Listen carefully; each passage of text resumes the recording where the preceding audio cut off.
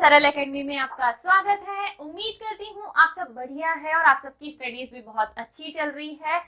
आज हम कवर करने वाले हैं बेटा आपका जो चैप्टर नंबर 14 है उसकी हमारी सीरीज चल रही है इम्पोर्टेंट क्वेश्चन, और इसके जो दो क्वेश्चन इम्पोर्टेंट बचे हुए हैं वो है दृष्टिकारी के रूप में पीएन संधि डायोड का उपयोग, और उसे ही आज हम समझेंगे।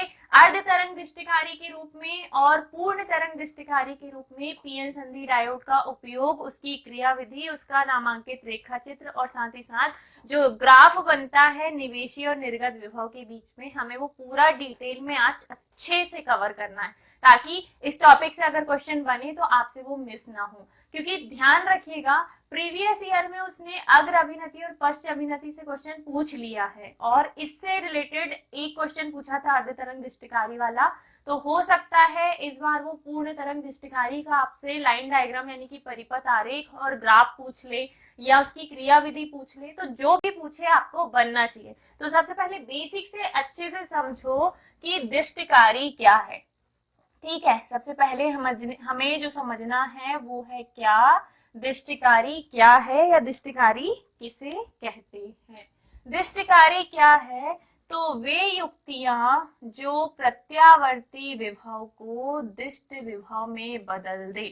प्रत्यावर्ती विभव को दिष्ट विभव में बदलने वाली युक्ति को ही हम दृष्टिकारी कहते हैं। रेक्टिफायर या दृष्टिकारी किसे कहते हैं आपसे बनना चाहिए। रेक्टिफायर, रेक्टिफायर क्या है? तो आज हमें समझना है पीएन संधि डायोड का, पीएन संधि डायोड का दृष्टिकारी के रूप में उपयोग, दृष्टिकारी के रूप में उपयोग। सबसे पहले तो हम समझते हैं दृष्टिकारी है क्या। ठीक है, दृष्टिकारी एक ऐसी युक्ति जो प्रत्यावर्ती विभव को यानी कि एसी को, प्रत्यावर्ती विभव को किस में बदल दे बेटा? दिष्ट विभव में बदल देती है। दिष्ट विभव में बदल देती है, दृष्टिकारी कहलाती है। दृष्टिकारी कहलाते हैं। एक ऐसी युक्ति जिसके द्वारा प्रत्यावर्ती विभव यानी कि बेटा एसी को डीसी में बदला जा सकता है, दृष्टिकारी कहलाते हैं। और ये जो प्रक्रिया है जिसके द्वारा हम प्रत्यावर्ती विभव को दिष्ट विभव में बदलेंगे, इस प्रक्रिया को दिष्टीकरण कहते हैं एवं इस प्रक्रिया को दिष्टीकरण कहते हैं। और इस प्रकार प्रक्रिया को क्या कहते हैं? दृष्टिकरण कहते हैं। अगर 2 नंबर में आपसे पूछ लिया कि दृष्टिकरण यानी कि रेक्टिफिकेशन, रेक्टिफिकेशन कहते हैं, इस प्रक्रिया को दृष्टिकरण या रेक्टिफिकेशन कहते हैं। अगर 2 नंबर में आपसे पूछा कि दृष्टिकरण क्या है समझाइए, तो आप बहुत अच्छे से लिखिएगा कि वह युक्ति जो प्रत्यावर्ती विभव को दिष्ट विभव में बदले यानी कि एसी को डीसी में बदले। एसी क्या होती है बेटा? अल्टरनेट करंट जो हमारे घरों में आती है, और डीसी क्या होती है? डायरेक्ट करंट जो कि हम जनरेटर वगैरह से प्राप्त करते हैं। तो जो अल्टरनेट करंट है जो एक बार ऊपर फिर नीचे फिर ऊपर फिर नीचे, इसको हम बोलते हैं एसी। और जो डायरेक्ट चलती है ऊपर ऊपर ऊपर ऊपर, इसे हम बोलते हैं क्या? डीसी। एसी और डीसी में अंतर आपको मैं बता चुकी हूँ। एसी हमारे घरों में आती है बाकायदा ट्रांसफार्मर से हमारे घरों तक पहुंचती है, और डीसी जो है बेटा, डीसी स्वयं बनाई जाती है, एक चुंबकीय क्षेत्र उत्पन्न करके डायरेक्टली बनाई जाती है, और इसे आप कैसे प्राप्त करते हैं? जनरेटर से। आज जो हम क्वेश्चन कवर करने वाले हैं वो मोस्ट इंपॉर्टेंट क्वेश्चन है, तो बिना स्किप किए ध्यान से देखना, अच्छे से समझना, और फिर भी डाउट रह जाए तो कमेंट करके जरूर बताना। मेरा प्रयास तो यही रहेगा कि मैं आपको बहुत अच्छे तरीके से स्मूथली, अभी हम क्वेश्चन तक एक्चुअल में नहीं पहुंचे हैं, जो हमारा क्वेश्चन है उससे रिलेटेड सिर्फ मैंने आपको दृष्टिकरण की परिभाषा बस दी है। अभी ग्राफ आपके सामने एक बना के मैंने रखा है जिसको हम किरण आरेख बोलते हैं। आगे हमें इससे रिलेटेड निवेशी और निर्गत विभव के बीच में ग्राफ भी बनाना है, तो ध्यान से समझिएगा, ठीक है, अच्छे से, बिना स्किप किए, बिना इधर उधर हुए समझ लो, ताकि इस चैप्टर से जो 7 नंबर के क्वेश्चन आते हैं ना, 7 नंबर का ये चैप्टर है जिसमें 2 नंबर वाले क्वेश्चन हैं और बाकी ऑब्जेक्टिव टाइप क्वेश्चन है। तो 2 नंबर वाले और ऑब्जेक्टिव टाइप क्वेश्चन आपसे तभी बनेंगे जब आप डिटेल में अच्छे से पढ़ोगे। डिटेल पढ़े हो तो बन जाएगा। जैसे फॉर एग्जाम्पल, इफ अगर आपसे खालिस्तान में पूछ लिया कि प्रत्यावर्ती विभव को दिष्ट विभव में बदलने वाली युक्ति को खालिस्तान कहते हैं, और आपने नहीं पढ़ा, तो या तो आप ट्रांसफॉर्मर लिख के आओगे, या आप प्रतिरोध युक्त यंत्र लिख के आओगे, या फिर दिष्टकारी अगर आपने पढ़ा है तो आप कर दोगे, अदरवाइज आप कुछ भी उल्टा सीधा कुछ ना कुछ लिख के आओगे, लेकिन दिष्टकारी आपको याद नहीं आएगा। तो अच्छे से समझना, वह युक्ति जो प्रत्यावर्ती वोल्टेज को दिष्ट वोल्टेज में बदलती है दिष्टकारी कहलाती है, और इस प्रक्रिया को दिष्टीकरण कहते हैं। अब हम समझेंगे पीएन संधि डायोड का। फर्स्ट है बेटा पीएन संधि डायोड का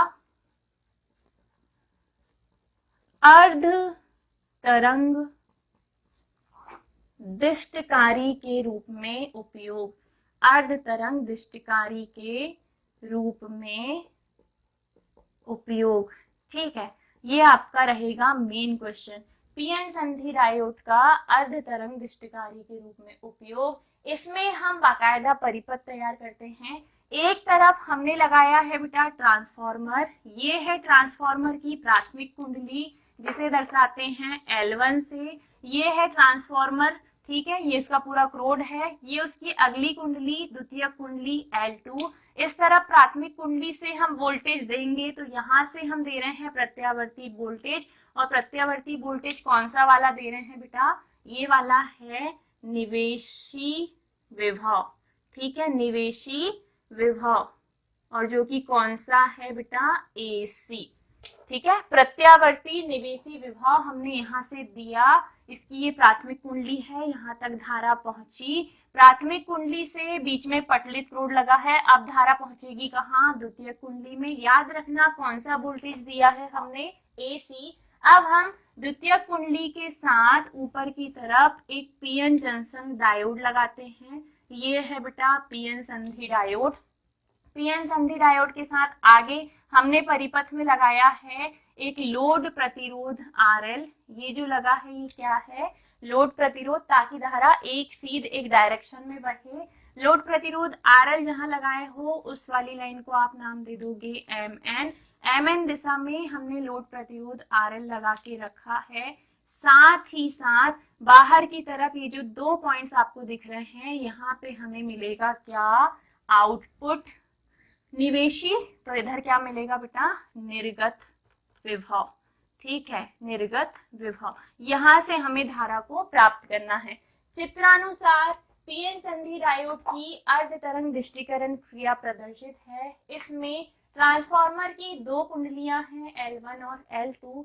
L1 कुंडली के साथ निवेशी विभव, प्रत्यावर्ती निवेशी विभव लगाया गया है, और L2 कुंडली के साथ एक पीएन जंक्शन डायोड, पीएन संधि डायोड, एक लोड प्रतिरोध RL लगाते हैं। अब हम समझते हैं इसकी क्रियाविधि, ठीक है। आप जब ये आरेख बनाओगे तो जितना मैंने बोला सिर्फ उतना लिखना है साफ साफ शब्दों में। आप पहले किरण आरेख बनाइए। किरण आरेख क्या है बेटा, पीएन संधि डायोड यूज किया है हमने, पीएन संधि डायोड की अर्ध तरंग दिष्टकारी के रूप में उपयोग। हमें इसका अर्ध तरंग दिष्टकारी के रूप में उपयोग समझना है, और वो आपको आगे समझ में आएगा कि कैसे हम इसका अर्ध तरंग दिष्टकारी के रूप में उपयोग कर रहे हैं। अब जैसे ही हम निवेशी विभव आरोपित करते हैं, यानी कि AC करंट दिए, ये करंट पहुंचा कहाँ, L1 कुंडली के पास। L1 कुंडली से अब प्रत्यावर्ती वोल्टेज कहाँ पहुंचेगा, L2 कुंडली में। चूंकि वोल्टेज कौन सा है, AC, तो AC 2 चक्र में चलती है। इसको हम ध्यान से बना के समझते हैं ग्राफ में, ठीक है। AC कैसे चलती है समझना। जैसे ही आपने प्रत्यावर्ती वोल्टेज दिया, ये है बेटा प्रत्यावर्ती वोल्टेज वाली लाइन, एक इसका होता है पॉजिटिव चक्र और दूसरा इसका होता है नेगेटिव चक्र, निवेशी विभव और निर्गत विभव। जैसे ही आपने प्रत्यावर्ती वोल्टेज आरोपित किए तो प्रत्यावर्ती वोल्टेज ऐसे चलता है, एक चक्र ऊपर फिर एक चक्र नीचे। ऊपर वाले चक्र को धनात्मक चक्र कहते हैं और नीचे वाले चक्र को ऋणात्मक चक्र कहते हैं। अब जब धनात्मक चक्र चला ना, जब धनात्मक चक्र चला तो L2 कुंडली का सिरा A आ गया धन विभव पर और सिरा B आ गया ऋण विभव पर।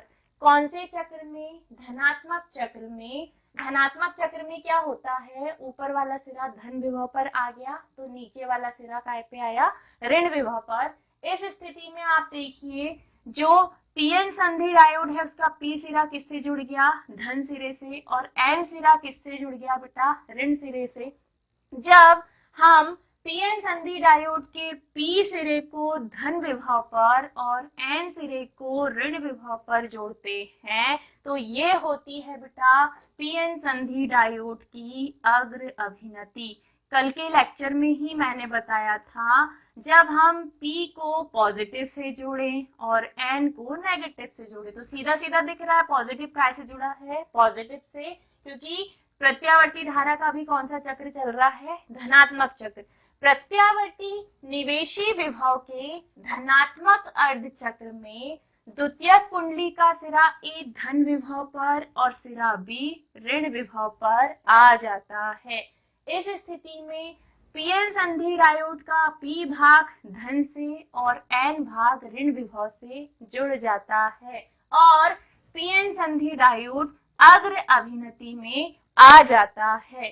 तब क्या होगा, तब डायोड से M से N दिशा में धारा प्रवाहित होती है। ठीक है, M से N दिशा में धारा प्रवाहित होगी। क्यों? क्योंकि पॉजिटिव पॉजिटिव से जुड़ा है। यहां से ये टकरा के वापस संधि की ओर जाएंगे, संधि की ओर पहुंचकर N सिरे से पॉजिटिव चार्ज बहेगा, सॉरी N सिरे से इलेक्ट्रॉन बहेगा और इसके विपरीत दिशा में क्या बहने लग जाएगी बेटा, धारा। और धारा की डायरेक्शन क्या होगी, M से N की ओर। क्यों? N में है इलेक्ट्रॉन, इलेक्ट्रॉन इधर से निकलेगा ऋण सिरे की ओर आएगा। ठीक है, या आप कह सकते हो कि इससे ये प्रतिकर्षित होगा तो N से इलेक्ट्रॉन निकल रहे हैं तो इसकी विपरीत दिशा में क्या प्रवाहित होती है, धारा प्रवाहित होती है। अब आप देखिए N के इलेक्ट्रॉन ऋण सिरे से प्रतिकर्षित होंगे तो ये किस तरफ जाएंगे, संधि की ओर, और संधि से फिर क्या प्रवाहित होगी, धारा प्रवाहित होगी और धारा की दिशा होगी M से N की ओर। अगर आपको इतनी डिटेल याद नहीं रखनी तो आप सिंपली बोलोगे कि पीएन संधि डायोड के पी सिरे को जब धन से और एन सिरे को ऋण से जोड़ा गया तो डायोड अग्र अभिनति में आ गया। इस स्थिति में M से N दिशा में धारा प्रवाहित होती है और N से होकर वापस बाहर हमें आउटपुट वोल्टेज यानी कि निर्गत विभव मिल जाएगा जो कि कुछ ऐसा होगा। ये AC है और ये DC का एक चक्र पूरा हुआ। जब DC का एक चक्र पूरा हुआ तो हमें DC मिल गई, इसको डैश डैश डैश डैश करके मिला लेना। क्यों मिला लेना, तो ये है बेटा AC, ये है निवेशी विभव जो कि क्या है AC, इसकी वैल्यू यहाँ पे पाई है और यहाँ पे भी पाई है। इसका एक चक्र कंप्लीट हो गया। अब दूसरा चक्र, ये O, इसमें भी पॉजिटिव और नेगेटिव, लेकिन नेगेटिव में तो कुछ होता ही नहीं है दिष्ट धारा में। क्यों? क्योंकि नीचे जो मिल रही है हमें, नीचे वाली कौन सी धारा है, DC है बेटा। DC यानी कि कौन सा विभव मिल रहा है, निर्गत विभव यानी कि दिष्ट विभव, दिष्ट विभव। और यहाँ पे निवेशी है मतलब कौन सा विभव है, प्रत्यावर्ती, प्रत्यावर्ती विभव। ये इनपुट है और ये आउटपुट है, इनपुट और आउटपुट। चलो, धनात्मक अर्ध चक्र में प्रत्यावर्ती धारा का आधा चक्र चला तो आधे चक्र में हमें धारा मिल गई। अब उल्टा करो, जैसे ही प्रत्यावर्ती धारा का ऋणात्मक अर्ध चक्र चालू होता है। अब प्रत्यावर्ती धारा है मतलब अल्टरनेट करंट है, अल्टरनेट करंट तो ऐसे ही चलता है, एक ऊपर एक नीचे। तो जैसे ही प्रत्यावर्ती धारा का दूसरा अर्धचक्र चालू होता है, ऋणात्मक अर्धचक्र, तो उल्टा हो जाता है। अब सिरा A आ जाता है ऋण विभव पर और सिरा B आ जाता है बेटा धन विभव पर। जैसे ही सिरा ए ऋण पर आएगा और सिरा बी धन पर आएगा तो आप देखिए P यानी कि पॉजिटिव जुड़ जाएगा नेगेटिव से, N नेगेटिव जुड़ जाएगा पॉजिटिव से, और इस स्थिति में जब P नेगेटिव से और N पॉजिटिव सिरे से जुड़े तो ये होती है बेटा डायोड की पश्च या उत्क्रम अभिनति। पश्च या उत्क्रम अभिनति में इस डायोड से धारा प्रवाहित नहीं होती, और अगर होती भी है तो बहुत अल्प मात्रा में होती है, और ये हमें अग्र और पश्च अभिनति वाले क्वेश्चन में बहुत अच्छे से समझाया जाता है, इसलिए उतना डिटेल में हमें यहाँ पे नहीं समझना। आप सिर्फ इतना याद रखिए कि P को जब जैसे ही प्रत्यावर्ती धारा का ऋणात्मक अर्धचक्र स्टार्ट होता है, द्वितीयक कुंडली का सिरा ए ऋण विभव पर और सिरा बी धन विभव पर आ जाता है। इस स्थिति में इस डायोड से डायोड को डी नाम दे दो, इस डायोड से कोई भी धारा प्रवाहित नहीं होती, मतलब हमें यहाँ पे कोई धारा प्राप्त नहीं होगी, नहीं हुई धारा प्राप्त। अब वापस से क्या होता है, मतलब खाली गैप छूट गया।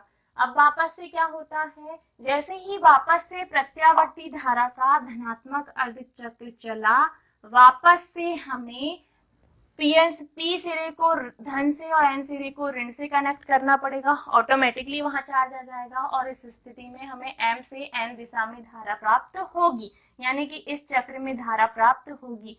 इस सीक्वेंस को बार बार दोहराइए। जैसे ही वापस से प्रत्यावर्ती धारा का ऋणात्मक अर्धचक्र चलता है तो ऋणात्मक अर्धचक्र में वापस से क्या होगा, ऋणात्मक अर्धचक्र में वापस से क्या होगा, तो हमें धारा प्राप्त होगी क्या, नहीं, हमें धारा प्राप्त नहीं होगी, मतलब ये वाला गैप फिर से की क्या रह जाएगा, खाली।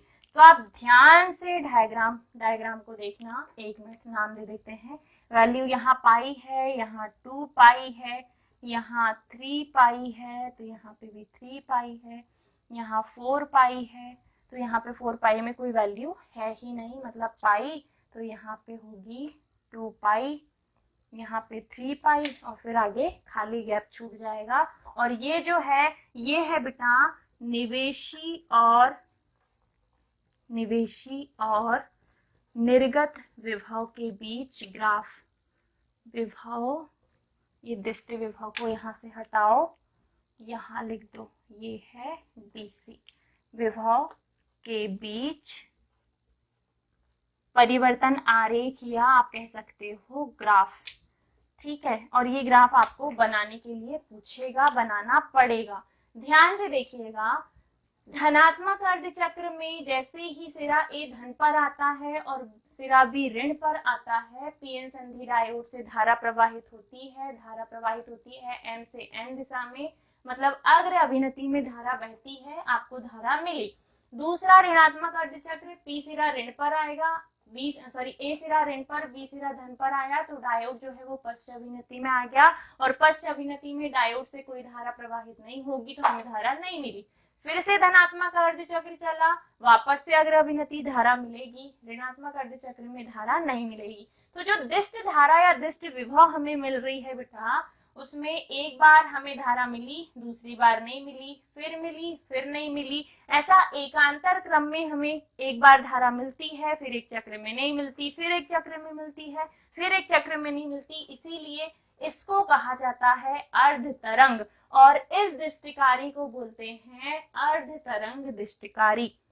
इस प्रकार किसी ट्रांसफार्मर के साथ सिर्फ एक डायोड को जोड़कर हम AC को DC में बदल सकते हैं, लेकिन किस रूप में, अर्ध तरंग के रूप में, और इस प्रकार पीएन संधि डायोड का अर्ध तरंग दिष्टिकारी के रूप में उपयोग किया जाता है। आई होप आपको अच्छे से समझ में आया होगा। आपको ये ग्राफ अच्छे से बनाना है, बढ़िया से आपको वहां पे बना के आना है, ठीक है। एक तो ये किरण आरेख और दूसरा निवेशी और निर्गत विभव के बीच परिवर्तन आरेख, आपको दोनों बनाने हैं बढ़िया से। क्रिया विधि मैंने बार बार बोली है, आप साफ शब्दों में उतना ही लिखेंगे तो भी चलेगा। दिष्टिकारी क्या है, तो वे युक्तियां जो AC को DC में बदल दे वही है दिष्टिकारी। रेक्टिफायर, और इस प्रक्रिया को दिष्टिकरण या रेक्टिफिकेशन कहते हैं। पीएन संधि डायोड का दिष्टकारी के रूप में उपयोग दो तरीके से किया जा सकता है। पहला होता है अर्ध तरंग के रूप में और दूसरा होता है पूर्ण तरंग के रूप में। अर्ध तरंग मैंने अभी बता दिया, अब हम आते हैं पूर्ण तरंग दिष्टकारी पर।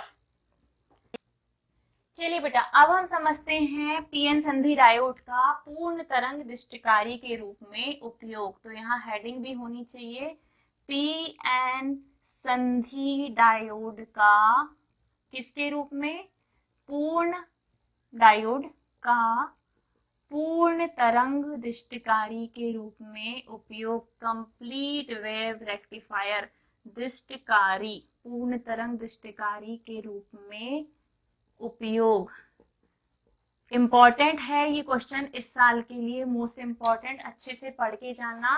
लाइन डायग्राम आपके सामने है, परिपथ आरेख। अभी हमने थोड़ा सा चेंज किया है, अब ट्रांसफार्मर प्राथमिक द्वितीयक कुंडली वही है, लेकिन हमने द्वितीयक कुंडली के साथ ऊपर एक डायोड लगाया है, नीचे की तरफ दूसरा डायोड लगाया है। चूंकि यहाँ पे दो पीएन संधि डायोड लगाए हैं, तो पहले वाले का नाम D1 देंगे, दूसरे वाले का नाम D2 देंगे, और आगे दोनों के साथ हमने एक क्रॉस वो लगा दिया ताकि आप आगे लोड प्रतिरोध RL को जोड़ पाओ। MN बिंदु सेम रहेंगे। इधर निवेशी विभव देंगे और इधर से हमें मिलेगा बेटा निर्गत विभव। ठीक है, आउटपुट वोल्टेज हमें यहाँ से मिलेगा। अब ध्यान से देखना, सेम के सेम वही कहानी, पीएन संधि डायोड का पूर्ण तरंग दिष्टकारी के रूप में उपयोग कैसे करेंगे, तो वही प्रत्यावर्ती विभव आपको देना है, आउटपुट के रूप में आपको कौन सा विभव मिलेगा, दिष्ट विभव।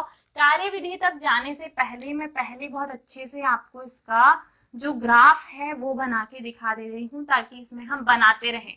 जैसे जैसे कार्यविधि आगे बढ़ेगी हमारा ग्राफ भी आगे बढ़ते चलेगा। ठीक है, अब हमें देना कौन सा करंट है, एसी। ये होता है धनात्मक वोल्टेज वाला चक्र, ये होता है ऋणात्मक वोल्टेज वाला चक्र, और ये है विभव की लाइन। हमें देना है एसी। ठीक है, तो ये एसी जो है वो कौन सा विभव है बेटा, निवेशी विभव, निवेशी विभव, और जो कि क्या है एसी। इधर हमें मिलेगा निर्गत विभव, जो कि क्या होगा डीसी। एसी को देकर डीसी को प्राप्त करना है, और यही काम है एक दिष्टकारी का। कैसे, तो देखिए, जैसे ही हम ट्रांसफार्मर की प्राथमिक कुंडली को प्रत्यावर्ती वोल्टेज देंगे, तो प्रत्यावर्ती वोल्टेज देने के बाद प्राथमिक कुंडली से ये वोल्टेज पहुंचेगा द्वितीयक कुंडली तक, और द्वितीयक कुंडली को जैसे ही प्रत्यावर्ती धारा का धनात्मक चक्र मिलेगा, मतलब अभी प्रत्यावर्ती धारा का कौन सा चक्र है, धनात्मक, ये स्टार्ट हुआ, तो धनात्मक चक्र में द्वितीयक कुंडली का सिरा A आ जाता है धन विभव पर, और सिरा B आ जाता है ऋण विभव पर। इस स्थिति में डायोड जो है D1 उसका P सिरा धन से जुड़ जाता है और N सिरा बेटा ऋण से जुड़ जाता है। तो नीचे वाले को तो मत देखो, सीधे ऊपर वाले को देखो। डायोड D1 का P सिरा धन से जुड़ा होता है और डायोड D2 का P सिरा ऋण से जुड़ा होता है। इस स्थिति में डायोड D1 आ जाता है बेटा अग्र अभिनति पर। जब एक जैसे आवेशों से जोड़ दो, P को प्लस से N को माइनस से जोड़ दो, तो ये होती है डायोड की अग्र अभिनति। और डायोड D2 आ जाता है, चूंकि P को नेगेटिव से जुड़ा तो मतलब कौन सी अभिनति, पश्च अभिनति। इस स्थिति में बेटा डायोड D1 से धारा बहेगी, धारा आगे बहेगी, और धारा की दिशा क्या होगी, M से N की ओर, और वापस से हमें इधर निर्गत विभव प्राप्त हो जाएगा। मतलब इस दिशा में धारा हमें प्राप्त होगी, बाकायदा इधर से धारा बहेगी, यहाँ से होते हुए हमें N से आगे निर्गत विभव मिल जाएगा। यानी कि जैसे ही धनात्मक अर्ध चक्र चला हमें दिष्ट विभव मिला, और जब दिष्ट विभव मिल गया तो दिष्टकारी ने अपना काम कर दिया, प्रत्यावर्ती विभव को दिष्ट विभव में बदल दिया। लेकिन ये स्थिति कब की है, जब प्रत्यावर्ती विभव का धनात्मक अर्धचक्र चलेगा। अब उल्टा, अब हम आते हैं प्रत्यावर्ती विभव के ऋणात्मक अर्धचक्र में। जैसे ही प्रत्यावर्ती विभव यानी कि प्रत्यावर्ती धारा का ऋणात्मक अर्धचक्र चालू होता है, जो द्वितीयक कुंडली का सिरा A है वो धन से हटकर ऋण पर आ जाता है, और सिरा B ऋण से हटकर धन पर आ जाता है। इस स्थिति में पी सिरे को ऋण से जुड़ा है, मतलब डायोड D1 आ गया बेटा पश्च अभिनति में। और नीचे देखो आप एन सिरे सॉरी इसके पी सिरे को पॉजिटिव से जुड़ा है, मतलब D2 आ गया किस अभिनति में, अग्र अभिनति में। जैसे ही हम प्रत्यावर्ती धारा का ऋणात्मक अर्धचक्र चालू करते हैं तो ऋणात्मक अर्धचक्र में डायोड D1 पश्च अभिनति में आ जाता है और डायोड D2 अग्र अभिनति में। हम जानते हैं पश्च अभिनति में धारा प्रवाहित नहीं होती, तो अब D1 से धारा नहीं बहेगी, लेकिन D2 से तो बहेगी और D2 से धारा यहाँ से होते हुए ऊपर जाती है और फिर वापस से M से N दिशा में लोड प्रतिरोध RL से होकर बाहर निर्गत विभव हमें मिल जाता है। यानी कि ऋणात्मक अर्धचक्र में भी हमें धारा मिली और चूंकि ये दिष्ट धारा है तो वापस से हमें यही करंट मिलेगा और आप ऐसे ग्राफ बना के छोड़ दो। ठीक है, अभी हमें धारा कैसे मिली थी बेटा, ये था धनात्मक अर्धचक्र, डायोड D1 ने हमें धारा दिया। ये था ऋणात्मक अर्धचक्र, डायोड D2 ने हमें धारा दिया। वापस से चालू करते हैं धारा का धनात्मक अर्धचक्र। तो जैसे ही धारा का धनात्मक अर्धचक्र चालू होता है वापस से सिरा A धन पर और सिरा B ऋण पर आ जाता है, मतलब वापस से डायोड D1 अग्र अभिनति में और D2 पश्च अभिनति में आ जाता है। और इस स्थिति में फिर से कि हमें धारा मिलेगी और ये धारा मिलेगी ऐसे दिष्ट धारा के रूप में। और ये जो दिष्ट धारा हमें मिली है अब ये मिलेगी वापस से डायोड D1 से और डायोड D1 से हमें धारा मिल गई तो ग्राफ हमारा बन गया। अब वापस से ऋणात्मक अर्धचक्र चालू करो, A को ला लो ऋण पर, B को ला लो धन पर, D1 आ गया पश्च अभिनति में, D2 आ गया अग्र अभिनति में। वापस से जैसे ही ऋणात्मक अर्धचक्र चला हमें फिर से की धारा मिलती है, लेकिन अब हमें धारा कौन से वाले से मिलती है, डायोड D1 से। मतलब अल्टरनेट, एक बार, दूसरी बार, तीसरी बार, चौथी बार, हर बार हमें धारा मिल रही है और अल्टरनेट मिल रही है। एक बार डायोड D1 से, दूसरी बार डायोड D2 से, फिर D1 से, D2 से, जिससे भी मिले। लेकिन क्या हमें पूर्ण तरंग मिल गई? बिल्कुल। थोड़ी देर पहले मैंने अर्ध तरंग दृष्टिकारी आपको बताया था, उसमें हमें अर्ध तरंग के रूप में ही धारा मिली थी, लेकिन यहाँ हमें धारा किस रूप में मिली है, पूर्ण तरंग के रूप में। इसीलिए इस प्रकार ये जो हमने दृष्टिकारी के रूप में उपयोग किया है पीएन संधि डायोड का, इसे कहा जाता है पीएन संधि डायोड की पूर्ण तरंग दृष्टिकरण क्रिया। पीएन संधि डायोड एसी को डीसी में बदलेगा, पहले अर्ध तरंग के रूप में बदलेगा, अगर एक डायोड लगा है तो फिर पूर्ण तरंग के रूप में बदलेगा, दूसरा डायोड भी लगा दिए तो, क्योंकि यहाँ कितने डायोड हो गए, दो, तो एक बार में एक बदलेगा तो दूसरी बार में दूसरा बदलेगा, लेकिन दोनों एक साथ काम करेंगे। एक बार में एक से धारा प्रवाहित होगी तो दूसरी बार में एक से। इस प्रकार धनात्मक चक्र में डायोड D1 से, ऋणात्मक में D2 से, फिर धनात्मक में D1 से, ऋणात्मक में D2 से, ऐसे अल्टरनेट हमें निर्गत विभव के रूप में दिष्ट धारा प्राप्त होगी और इस प्रकार से पीएन संधि डायोड का दिष्टकारी के रूप में उपयोग किया जाता है। आई होप आपको ये क्वेश्चन जो दोनों मैंने इंपॉर्टेंट करवाए हैं, दिष्टकारी की डेफिनेशन, पीएन संधि डायोड का अर्ध तरंग दृष्टिकारी के रूप में उपयोग, फिर पीएन जंक्शन डायोड का पूर्ण तरंग दृष्टिकारी के रूप में उपयोग, आपसे बना के पूछेगा कि अर्ध तरंग दृष्टिकारी में क्या हमें दिष्ट धारा की पूर्ण तरंग प्राप्त होती है, तो नहीं। पूर्ण तरंग दृष्टिकारी में क्या हमें दिष्ट धारा पूर्ण तरंग के रूप में प्राप्त होती है, तो हाँ।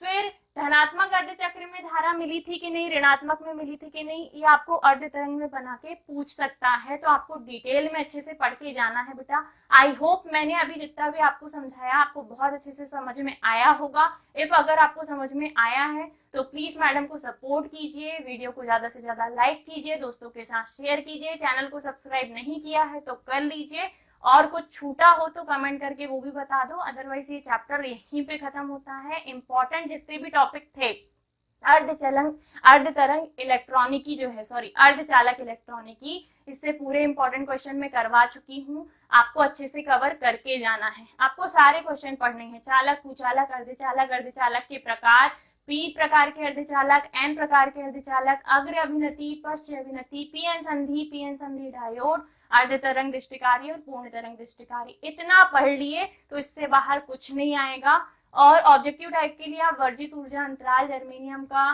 जो होता है वो, ऐसे वाले क्वेश्चन जो है कि अक्षय पर्त की मोटाई कितनी होती है, विभव प्राचीर क्या है, ऐसे छोटे छोटे क्वेश्चन को कवर कर लेना, आपका उद्धार हो जाएगा। आई होप आपको कंटेंट पसंद आया है, तो आप शेयर ज्यादा से ज्यादा करेंगे। मिलते हैं अगले वीडियो में अगले लेक्चर के साथ, उसमें भी मैं इंपॉर्टेंट ही करवाऊंगी। Bye bye, take care, Radhe Radhe.